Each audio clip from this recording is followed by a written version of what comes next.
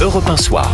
19h, 21h, Pierre de Villeneuve. Toujours avec Gabriel Cluzel et Jean-Claude Dacier pour parler de l'actualité. Et notamment, on vient de le voir avec Kylian Mbappé qui n'est pas retenu dans la liste de Deschamps, Didier Deschamps qui est choisi ses mots, j'allais dire il est avare en mots. Non, il n'est pas avare en mots, mais il les choisit très très bien. Et quand on lui a demandé pourquoi est-ce que Mbappé ne faisait pas partie de la sélection pour le match contre Israël jeudi prochain et contre celui contre l'Italie le 17 novembre prochain, il a répondu: c'est mieux comme ça.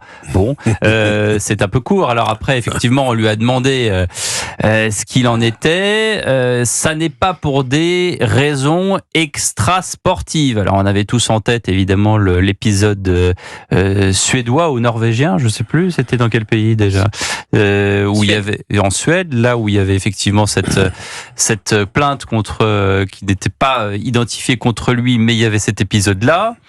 Il y a eu quelques prise de position avant les élections législatives. Il avait dit de faire barrage aux extrêmes, mais il n'avait pas forcément précisé les partis. Bon, Jean-Claude Dacier, vous qui connaissez le football mieux que Gabriel et moi, qu'en est-il C'est gentil pour Kylian Mbappé? Mais moi, non, j'ai connu surtout très bien Didier Deschamps, qui était mon entraîneur lorsque j'étais à l'OM à Marseille. Parce que vous étiez patron de l'OM.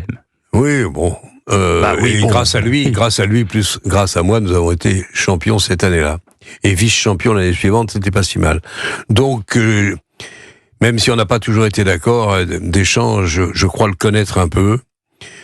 Pour une fois, moi, je me suis toujours gardé de dire quoi que ce soit à son propos depuis de longues années. Mais je crois que là, il a eu tort. Pourquoi? Parce que on voit bien, chacun l'observe, chacun le voit et le vit, que Mbappé va pas bien.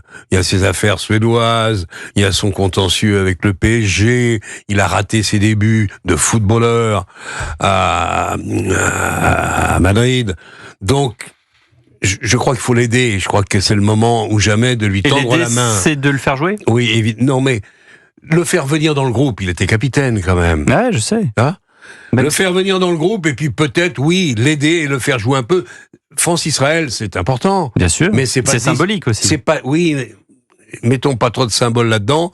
C'est du football d'abord. Et c'est pas incontournable. C'est pas, on joue pas notre futur, notre avenir et notre existence dans ce match-là. Il est jouable avec, d'ailleurs, ou sans lui, ou sans Mbappé. Moi, puisque vous me posez la question et je me contenterai de ça, pour l'aider, j'aurais demandé à Kylian de venir avec le groupe. Après, je l'aurais fait jouer 10 minutes, un quart d'heure au début. Ça dépend comment il est. On en discute, c'est son boulot.